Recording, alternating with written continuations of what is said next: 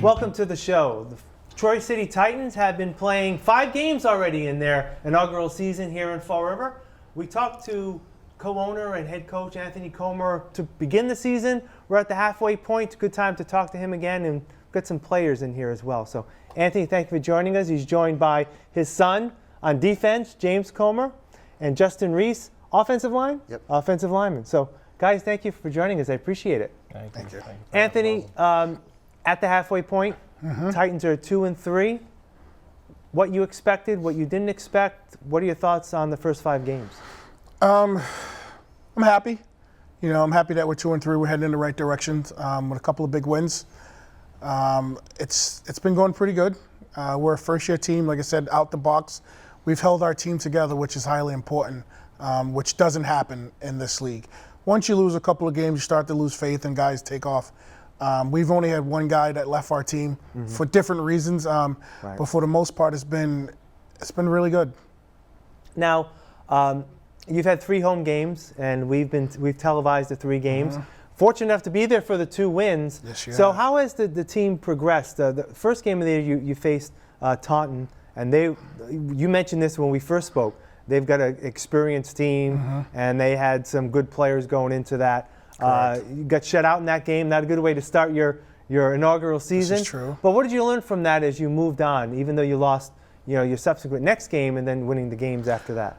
Every week is a learning experience. We had to fix our mistakes that we made. We felt after watching the film that we should have scored about 40 points on Taunton. Yeah. But that's neither here nor there unless you do it. Right.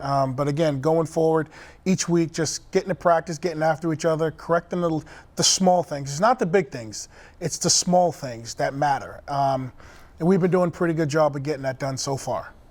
So let's now we'll talk to the guys in a minute, but I just want to talk about the team in general. Okay. On offense, the games that we've seen, and I'm going to be honest with you, there's times that the offense is sputtered, right? The other offense you guys play as well. They're not always on fine-tuned.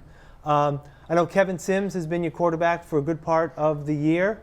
I know the second game that we did, I believe he wasn't there that day. Kevin wasn't there that day. He's missed a couple of games. Right. So you had Ryan Nave as well. So I guess talk a little bit about your quarterbacks. And I know even in the last game, you had Ryan play a series. Yeah. Ryan's a great kid. Yeah. He's at practice. He's been there since day one, and he's earned his time to play. Yep. Whether or not he's the guy for today, he's definitely going to be the guy for the future. Kevin Sims is a veteran quarterback. Yeah. He's been in the league for a long time. He has a grasp of the offense from day one. He didn't need to learn it all over again. He's already been in this offense. So we just went with him because just of his veteran status. But again, it's getting him up to speed as well too. And I know we talked a little bit about the running backs. You've got Raheem Barzi, Souza. Justin. Yeah. So Raheem's a big guy. I mean, because I remember watching you guys warm up before, and they were both in the backfield. And you've had them both in the backfield. Yep. But it's a difference in size. And Raheem's got that power running, but he's also got some good speed. Yeah, as we just found out this past weekend. That's right. That screen pass for a touchdown. These guys don't practice, and we'll do sprints at the end of practice. And we have the team is pretty fast overall, but I didn't think he was that fast, to be honest with you. I'm like, Ryan's a big kid. I know he's he loves running between the tackles, putting his head down, running someone over. But when he hit the outside, it was unbelievable. He actually just recorded that play and posted it, and I got a chance to watch Justin. Actually, Justin was at the goal line blocking for this kid all the way down the field. So that was awesome. Playing on the other side of the line too. Yeah. Oh yeah, good. Yeah, it was awesome. So and we talked about the wideouts before. You got a lot of speed there as well, a lot of skill there as well. We do. How difficult is it to try to get all those guys to ball? That's the issue. Right? Honestly, from day one, that's been the issue. Getting the quarterbacks to trust these receivers. I put it in their heads and say, listen, you have 9 starting receivers on this team. Yeah. Trust every last one of them. Because if you trust your receiver, you're going to trust it when you throw the ball, they're going to make a play. These guys are all making plays going after balls that sometimes over their head, underneath, they're diving, doing everything they can, to get a hold of the rock. So again, like I just had a conversation with Kevin this morning. Yeah. Trust your receivers, and I promise you, they will lead you to the promised land. Does Kevin Sims feel any pressure to try to give all those guys a little bit of a bite of that apple and to them getting some receptions? I would think so, to be honest with you. Yeah. But each play, what happens up front dictates who's going to get the football, to be honest with you. Right. You have a breakdown, or you have a guy that pancakes someone in front of him, opens up a passing lane. He gets to see a little bit further down the field. Kevin's not a big guy. He's only about barely 5'10". He's my height. Yeah. But he sits back there. He's a drop back passer. He's not so much of a runner, but he's getting better with figuring out who's where in what spot. Also, pre-snap read is highly important too. So he's starting to get that down, which is going to make his accuracy and getting rid of the ball just that much faster. Let's talk about the offensive line. Justin, part of that offensive line. I know, and this is just the nature of the way you guys play, because you're semi-pro. You practice as much as you can. There's always going to be issues. It seemed like the past 2 games, at least, even though you won, it seemed like there were some penalties, some holdings sometimes, because you had some couple of plays that were wiped out. Yeah, we had big plays that were wiped out. Not to put any pressure on this guy here. Oh, no, you can put as much pressure on him as you want to. I will say this, and I've been saying this from the beginning. Without an offensive line, you're not going to win. That's right. It's really just that simple. We go as far as they go. And I really can't explain it. You can have the best athletes in the world at receiver, at running back. You can have the best quarterback. Hence the team we just played. They have 2 quarterbacks that were breaking 17 tackles every time the ball was snapped. But luckily our defense, bowed down and played solid defense. Yeah, that kid Bryant, when he came in, it was middle of the 4th quarter he came in. Yeah, I'm glad he came in the 4th quarter. Right. Yeah. That kid's one of the best football players in the country. Yeah. He's been a teammate of mine for years. Right. Yeah, he's deadly scary. So Justin, let me talk to you for a minute about the line. Is this right? Is this your 11th season playing? Yep. What's that been like for you? I mean, obviously your first year with the Titans. Everyone's a first year with the Titans. But where else have you played, and what makes this experience maybe a little different than the other teams? I started when I was 19 with AC over there. We played in Middleborough. Yep. Then we went to Brockton for a couple of years, and then after that, I went to played for the South Shore Outlaws, then the Taunton Gladiators, and now I'm here. And it's safe to say that this is like a home to me. Well, you're a Fall River boy. Yeah. So it was a no-brainer for me to come here. Like, I didn't think twice about it. It was Fall River can't have a football team without Fall River guys, without dudes from Durfee, dudes from Diamond, Conley, Tiverton, Somerset, wherever. So as of right now, in my career, I feel like it's come full circle where I was on other people's teams, hometown teams, and now I'm on my own with my friends and people that I grew up with for the last 12, 13 years, even in high school. I played with Cam Ponce, played with Mike Boy, so it's just a surreal feeling to play at Durfee again with them. Now, when you play the line, what's your general position? Guard, tackle? Oh, wherever he tells you? Pretty much wherever he tells me. Tackle, by and large. So AC's quarterback center. Well, I'm gonna ask both of you this, James as well in a moment. But some of the other teams you played on, you've probably played on more than 1 year. But you've also moved around. Mm-hmm. How difficult is it to get on a new team and get gelled as soon as you can? Well, it's let me say this.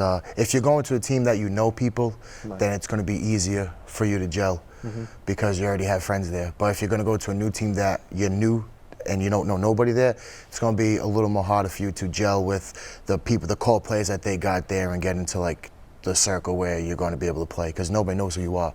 Right. But if I go to another team where I know a couple of people, they can vouch for me and say, hey, this guy's an old lineman, he's a beast, he does this, he does this. But if I go to another team that doesn't know me, then it's kind of like, oh, who's this schmuck over here? It's like, first question I should have asked you is, why do you play? Why do you still love the game? I don't even know. I have 2 kids at home, so my son loves to watch me play.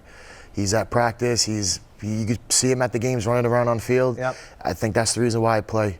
I get crap every day from people in my life about I need to hang it up, I need to stop playing, but I just can't. There's no ounce in my body that says stop playing. I want to keep playing, maybe till I'm 40, maybe till when my son starts playing Pop Warner. Who knows? I was going to ask you. You think your son's ready to play? Is he ready to go? Yes, he's ready to play now with us. Yeah, he's nuts. He's ready to go. He's Not nuts. even a question. You didn't see him running on the field? Well, I had mean, to I tackle see a lot him. of the kids running the field. No, but it was just him. I had to tackle him. He comes with a Patriots helmet on and he's ready to I tackle. think I did see him last week. Yeah, yep, that's him.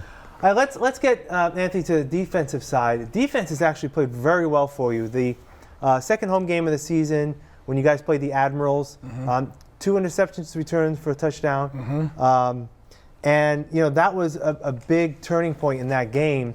Because again, the offense was sputtering a little bit in that game. Yes, they were. Ryan was playing, doing a good job, but the defense came big, and you had Damon with those 2 pick sixes. That was big. It looks like the defense has really played consistently for you, maybe a little more than the offense at times. Oh, is that correct? way more than the offense. Right. And I gotta tell people this again. It's easier on the defensive side of the ball than it is on the offensive side of the ball when it comes to gelling. You can have one mistake up front in the offense, and then that will kill the entire play. Right. Defensive side of the ball, you can have a mistake up front, but then you still have guys that can cover your back. So that's really that's the biggest difference between offense and defense. But our defense has been very solid, and it's been a pleasant surprise since day one. In what way? Why is it a surprise? Because they bend but don't break. Right. The old Patriots adage. Definitely the Patriots has, but then we also have guys, up front that can get after people, which is highly important in this league, because if you don't have a defensive line that can get after a quarterback, I mean, as you see in the Taunton game when we first played, we weren't, it was early, the guys are new compared to now. Now, we have 10 defensive linemen that rotate, and these guys, each and every one of them get after it. Well, even the last game against the Panthers, you guys got at the quarterback quite a bit. And that fourth quarter, he got away from. It was hard to bring him down, he was but really we were getting there. Yeah. So James, talk about that. I mean, you're a lineman, right? Yeah, defensive line. Yeah. So how frustrating is it to break through the O line, and then you get a quarterback that's really elusive? I was out of breath the majority of the game. Yeah. It's difficult because I'm there trying my hardest to beat the man that's in front of me, and now I gotta go chase this guy around. Like it's extremely difficult to do. I'm glad that, like you said, we have bodies to rotate in, because I go out, I'm confident that the next guy in can go and do the same thing that I was just doing. Just as many people as we can throw at whoever's back there at quarterback is probably our best option. Yeah. You got James up front. Who else up front that you want to really note in terms of been doing a great job for you this year on defense? I mean, I really can't single them all out, because honestly, They've all been improving. it's James, Kerry Taylor, former Patriot. You have Bobby Alves. You have Jonathan Queen. You have James Hansen, another Durfee kid. Right. You have Markey, another Durfee kid. Tim Ponce, our firefighter, James Diva. These guys, it's a lot of them. And these guys are, at each other's necks to get onto the field, which is pretty cool, because like I told them, you guys go get 4 or 5 plays in you at full speed, come out, the next 4 guys are going, and really, there may be a drop off opposed to James to the next guy that's in his particular spot, right, but there's no drop off when the 4 of them on the field together. Right. It's unreal. Because they've all got that fresh energy. They all do, and they're nuts. Especially that Alves kid. Which obviously you don't see. By the way, you referenced someone who's in the control room right now. Late. But you don't see that obviously on the professional level, where you've got your set D line and linebackers or whatever. Yeah. You have 1 or 2 guys that may come in for relief, but not a whole slew of fresh bodies, right, James? It's difficult at the semi-pro level to have this problem that we have. Yeah. A lot of guys fight for numbers, right, to be able to send guys in. We're not at college. We don't have practice every single day. We're not required to lift every single day, go for runs, that kind of thing. So a lot of these guys are out of breath quick. So we'll give you our hardest 4 or 5 plays in a row, then go get a couple, get some water, then get ready to get back in. You know, it's a Right. very nice problem that we Yeah. have. So. Right. That's a great problem to have. I want to talk a little bit more about the secondary. We talked about how Damon had the 2 pick sixes, second game of the home game of the season. He's been big. You've gotten Scott DaCosta. He had a kickoff. Scott did, yep. Last week, right? Yep. And Scott's then- had a couple. Chris Randon. Chris Randon was at a couple. So I mean, Sully. they're a swarming secondary, and they're not afraid to get up into the wide receivers, right? Not at all. Not at all. This, I mean, again, the secondary is the same with, when it comes to the defensive line, because you have your 4 starting secondary guys, but then you have Damon, you have Sullivan that come off the bench, Right. that fill in for these guys on nickel situations. And I don't know why people keep throwing the ball anywhere near Damon. That kid is one of the best athletes I've ever seen in my life. And with the ball in his hand, Well, he plays offense as well. yes, he does. Right. And he's extremely dangerous with the ball in his hand, as we see. Right. He's returned everything he's touched, whether the punt return, the interception return. He did, and we played Middleborough a couple weeks ago. Cam was on his back foot, just threw the ball, closed his eyes, threw the ball. He went up over the top of the kid like it was nothing to pull it down 50 yards down the field. The kid is an unbelievable athlete, So would you rather see him? I mean, I know he plays both sides of the ball, but you want him to focus more on defense? No, I want him just to be him. Okay. Play football. As long as he's Just play As long football. as he's not winded, put him in. The kid runs all day long. He Right. does. Right. It's funny, like if, again, we got the pick, so I'm looking for the 4 receivers to send to the game. One of the receivers come out the field, goes, oh, we got 4 in the game already. And I'm looking, and I can't see because they're in the huddle. They break the huddle, and he's walking out the huddle. I'm like, oh, okay, he's on the field now. All right, I guess As he long as you stayed. didn't have 12, what does it matter, right? I guess he stayed. What does it matter? But the defense, like I said, the defensive backs have all been fantastic this year. Like I said, it's been a pleasant surprise because I had no idea some of the kids here could play football, to be honest with you. That's right. And they have, honestly, like I said, the whole Patriot way, they've bend, but they do not break. They don't give up much. Yeah. Let's talk a little bit about special teams now. Okay. You had this past weekend punt return for a touchdown.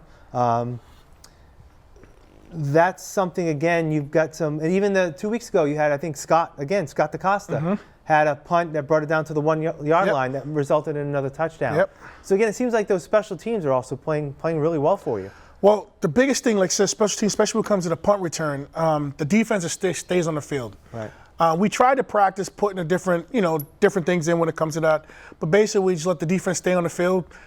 Once the guy catches the ball, the defense turns around and they start headhunting for people, which is pretty cool. So, and again, when you got returners like Scott and Damon and Lewis, Jamal, these guys are all great returners, so it makes it easier for our offense when they give us great field position. And we can't talk about special teams without talking about Russ. Oh man, His kicker. That's the Listen, guy right He's there. the guy. Listen. How old is he? He's in his 40s. 49 young. years 49. old. He's young. 49 years young. There's J. Cal, too. Yeah. I don't know if you met J. Cal Yep, yet. J. Cal. No. Russ has been. J-Cal. You're going to meet J. Cal soon. J. Cal's one of our captains. He was on vacation this week, but Okay. Russ has been a pleasant surprise. Russ was, he was on our team in Brockton. Then he was in with Justin down in with the South Shore. But he was a punter. He wasn't really so much doing the kicking duties. Okay. He wanted to punt. So when he came with us in Brockton, I was always the punter. I've been a punter since Pop Warner. I moved over so Russ can punt, and I went to go snap. I was like, I'll get downfield a little bit better than you can. Right. And we're almost the same age, But he's been accurate with the extra points this year. I think last week he had one block, but that'll happen. Also tried a bunch pregame. Yeah. And he was nailing them. Yeah. And I've only seen him punt before. I never saw him really kick field goals, but he seems quite comfortable doing it. Has so. he had an opportunity to kick any field goals? I know the games we had, I don't think it was a few Not many field yet. goal Couple tries. PATs. a couple weeks ago. Last week he made one, though. No. The extra point. It was going to. Extra point. Yeah, I'm talking about Yeah, field it's been goal. a couple We were on the 33-yard line, I believe.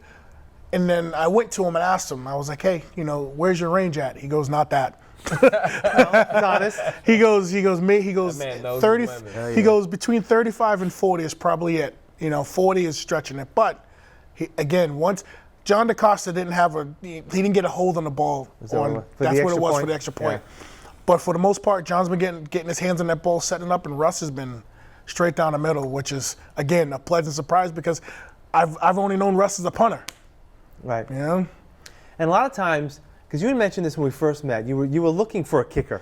And I think we were talking about Russ was probably going to be a punter, Yes. right? That's right. So that's right. So you were looking for a kicker. Obviously, you found one. Well, but how important? I mean, it is important to have like that because extra points could matter, man. right? A field goal, close field goal may matter. well, think of this. Special I teams mean, is huge. special Yeah. teams is Full huge. phase of the game. Yeah, not having, most of the teams that have a great field goal kicker, I mean, they win games. Think about this. We missed the extra point. The kid from Connecticut was 2 for 2.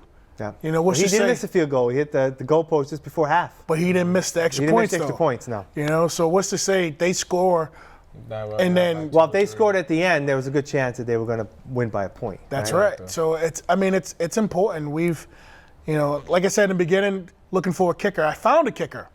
My car had broke down. I had a tire go down, and the tow truck driver, he picks up my car and he sees my shirt. He goes, "Hey, you guys, the Titans." He goes, "Yeah." He goes, "Oh, I play soccer with some guys inside of Teamworks." And I was like, "Can you kick?" He's like, "I can try." I was like, "All right." So he comes out to practice 2 weeks later, kicks a bunch of balls. I was like, "Wow, this kid's not too bad." But then he disappeared. No, that's too bad. Well, again, you got Kari Lloyd on speed dial.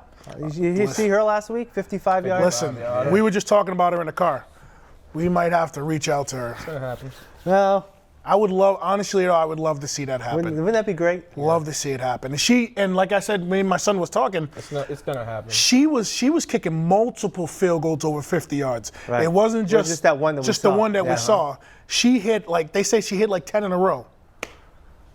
Impressive. Yeah, very impressive. My daughter actually was kicking field goals, and I tried to get her. I was like, "Kayla, you can still kick." She's like, "Nah, I don't want to." She hit a 45-yarder herself. Well, there you go. Soccer players. We should have played soccer. I tried. Yeah, it didn't work. Didn't work. Didn't work. All right, let's talk a little bit about the rest of your season. Again, we're at the halfway point. Coming up on September 7th is your next home game. And then you got 3 on the road. Two. We Has the schedule changed? Yeah, the schedule's changed once again. Spoke too soon. What's the team called, Justin? New Hampshire, Nor'easter. Yeah, the New Hampshire Nor'easter Okay. folded. Okay, so you only play 9 games, or you've got another? Well, I'm waiting for the league to get back to me. Okay. It was an away game. It wouldn't have been a home game for us. It would have been an away game. Right. But we have Brockton coming up on the 7th. Correct. On my birthday. Then we go to Maine. Right. Then we go to Chelmsford, Yeah, that's the Mill City. Mill City. Yeah. And then we're off. Then you had that, right. Then we that. had that, and then we finish at home with Middleborough. So is there a chance you're only going to play 9 games? there is a chance. Definitely a chance. How does that impact playoffs and everything else if other teams are playing? So I think what that does is gives us a forfeit win, which is Was that like I'm 1-0? not sure. Is it like a 1-0 win I think in football? I think it's maybe 6-0. Wins a win. 2-0. But for us, really, the biggest thing is just getting into the playoffs. Yeah. Right. You know, we're going to be 500 next week. Yep. Because Now, how many teams make the playoffs? 10. 10 make the playoffs? There was 13 teams. There was 16 teams in the beginning. Right. So they was going to do 12. Right. Then it went down to 13, and then now it's 10. So now it's 12 teams. So I don't know how to honestly It's a good shot, don't know how right? it's Now going to you work. guys are right in it. Oh yeah. Oh, yeah. We're starting to play our best football now. You know, we didn't want to peak. Honestly, if we would have peaked in the beginning, it would have been a disaster by now. Right. I'm glad we go through our trials and tribulations. We scream and fight and argue, but the best thing about this team, they're resilient and they care about each other. And we had a couple tough teams first, too, Yeah. Right. which Taunton, yeah. showed a lot of Right, guys Taunton, Marlboro, yeah. that it's going to be a long journey, so don't give up on that. Right. We're only a couple games in. How impressed have you been with the turnout at games and reception you guys have seen for the Titans? It's been pretty awesome. Pretty good. Still, some of the city don't know we're here, which is fine. But Yeah. again, we're a first-year team. We put this team together. Actually, the catalyst for this team, putting this team together, was these two. Mm-hmm. These two did probably 80% of the recruiting of every guy that's on this team. It was easier before when I played. It would be like, oh, he's playing quarterback, let's go play. But no, not this year. These two stepped up big time, man. From, I think when me and Lawrence had the first conversation about putting the team together in February, since then, these two were group texts and getting it going.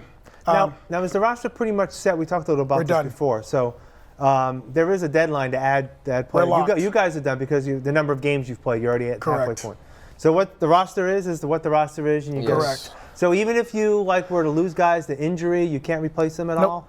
No. Next guy up, right? Yeah, and that's basically what it's been with us, from the beginning, especially with the quarterback situation. The first game, Kevin was there. Second game, Kevin wasn't there, so I had to get dressed and play against Marlboro. We should have beat him. How'd that, 21-7. We should have. The game was basically 7-7. Right. And we just, a couple mistakes here and there. We got stopped in the red zone like 4 times. Yeah. So we should have beat them. Mm-hmm. We really should have beat them. But they were a good team. They came prepared to play. But that gave you guys confidence, obviously, for the week after when you did get your first win, right? Big. Because they're a pretty good team coming in, right? That's very good. It was a tough 2 weeks for a brand new team. So we were ready by the 3rd week to get a win. How about you two guys when you're out and about and you're talking about the team? What kind of response do you guys get? I mean, are people starting to recognize that logo? I bump into people all the time, and they're just like, "Oh, you guys, you're the football team in Fall River, right?" It's like, yeah, tell them about it. Tell them that there's a show, community-wise. Games are Saturdays at 7s usually. So like, it's there. It's just gonna take a while. We're brand new. News has to spread, and we'll get there. I actually got pulled over by an officer because he wanted to talk about the team. Oh, he recognized you. The car. He recognized. He's seen the car before. I had the sticker. So he pulls me over right next to him, basically right around the corner from where I live, and he goes, "Hey, I played at Merrimack in 2013," and all I kept thinking was, I got in the house. I said, "We found Gronk." Big guy. Oh, and he's about 6'4", probably about 250. And I gave him I said, "Follow me to my house." So he comes to the house. I ran upstairs, grabbed his schedule, gave it to him, and he said that he couldn't. He sent us a message on our Troy City Titan page saying that he couldn't get the time off from work. He was a state trooper working in Fall River. It was pretty cool. Oh, that would have been.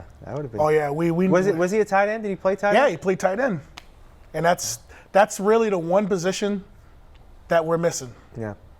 Let me ask you, as we're almost done out of time. 5 games left, 4, maybe 5 games left. Mm-hmm. What are your expectations? Would you like to go 3-2, maybe end up 500? 5-0. 5-0? Yeah. I mean, I know that's the expectation. No. We're like I said, we're gelling at the right. We're coming together at the right point. These guys are really busting their humps, working hard, and putting this thing together. The hard part for me as their coach is making sure that they're just ready to go. Because once the lights come on, these guys flip the switch and it's ready to go. No, that's cool. It's pretty good. Well, you guys have made an impact already, no doubt about it. I think there have been some people who would see an expansion team, and you guys are an expansion team. Because you get guys who have played and maybe played together at one point, but as a team, you haven't played before. And if you listen to I'll be honest with you, when I did our first game, I said, there's going to be some growing pains here because you did. I remember you saying it. Right, these guys, they've played, they know how to play, but they haven't played together. Yeah. Mm-hmm. And now it looks like it's starting to come together, so that's great. Yeah. So anybody who knows football knows it's going to take a little while. Yeah. Next week is going to be fun. Yep. We're going to be in all white next week. Oh, baby. So we're looking for a white out next week. I appreciate that. I told him that I love that Doc jersey. I can't see your numbers. And if I want to call that James made a tackle, I can't see the number. Was it 93? I can't. I'm like, is it 83? Is it? I can't. Nope. It's tough. It's tough. Me. That's just me. I got old eyes too, so that doesn't help. What we did was we ordered white pants as well for the team. So all white. It's last game I appreciated the white jerseys. You did. I did. I'm like, it. oh man, I can see the numbers. It's great. It's going to be good. Guys, I appreciate you joining us. Come back again. We'll do another show before the end of the season. We'll definitely do one we'll do it just before the playoffs. Yep. We'll do it again. All right, guys, thank you for joining us. Thank you. And again, the Troy City Titans next play September 7th at Mac Aldridge Field, Durfee High School. Yep. Please show your support. So for all of us here at FRC Media, I'm Keith Thibault. Thanks for watching.